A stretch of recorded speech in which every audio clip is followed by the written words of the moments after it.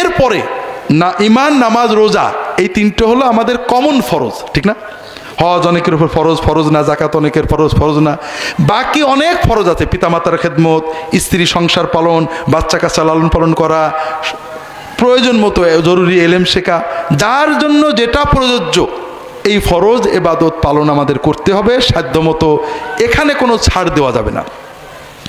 এরপরে নফল এবাদত বেশি বেশি করতে হবে।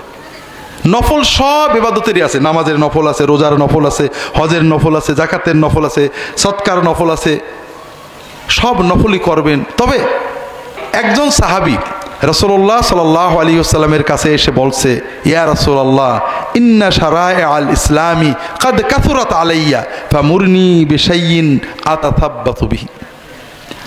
একজন এসে রাসূলুল্লাহ সাল্লাল্লাহু আলাইহি ওয়াসাল্লামের কাছে বলে, ইয়া রাসূলুল্লাহ, ইসলামের বিধিবিধান তো বহুমুখী, তার মানে ফরজ তো মানতেই হবে, নফল এবাদত করব, নফল রোজা, নফল হজ, নফল জাকাত, নফল জিহাদ, নফল কোরআন তেলাওয়াত, নফল কত যে নফল এবাদত আমি দিশে পাচ্ছি না, কোনটা থেকে কোনটা করবো আমি পেরে দিচ্ছি না। ফামুরনি বিশাইইন, আমাকে একটা জিনিসের নির্দেশ দেন, আমি সেইটা যেন ধরে রাখলেই আমার চলে।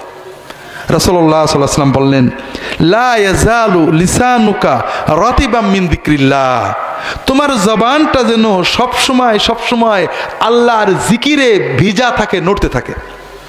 কথা বোঝেননি? আল্লাহর জিকির সবসময় করা, এটা খুব সহজ এবং খুব ফলদায়ক ইবাদত। সবসময় ভাইরা, অজু থাক না থাক, গোসল থাক না থাক, মাথায় কাপড় থাক না থাক, যে যেখানে যে অবস্থায় থাকেন মালিকের জিকির করবেন। সুবহানাল্লাহ, আলহামদুলিল্লাহ, লা ইলাহা ইল্লাল্লাহ, আল্লাহু আকবার, সুবহানাল্লাহ বিহামদিহি, সুবহানাল্লাহিল আযীম, লা হাওলা ওয়ালা কুওয়াতা ইল্লা বিল্লাহ। দরুদ পড়বেন, আল্লাহুম্মা সাল্লি আলা মুহাম্মাদ ওয়া আলিহি ওয়াসাল্লাম, আল্লাহুম্মা সাল্লি আলা মুহাম্মাদ ওয়া আলা আলি মুহাম্মাদ কামা সাল্লাইতা আলা ইব্রাহিম। যে কোনোভাবে দরুদ পড়বেন, আল্লাহর জিকির করবেন, আল্লাহর সাথে দোয়া করবেন।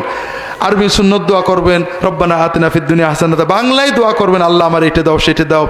যতক্ষণ পর্যন্ত বান্দা আল্লাহর জিকিরে, আল্লাহর দোয়ায়, আল্লাহর কথা মনে করে তার জবানটা নড়তে থাকে, অন্তরে জিকির হতে থাকে, ততক্ষণ ওই বান্দার আমলনামায় প্রতিটি শব্দের কারণে অগণিত সওয়াব জমা হতে থাকে।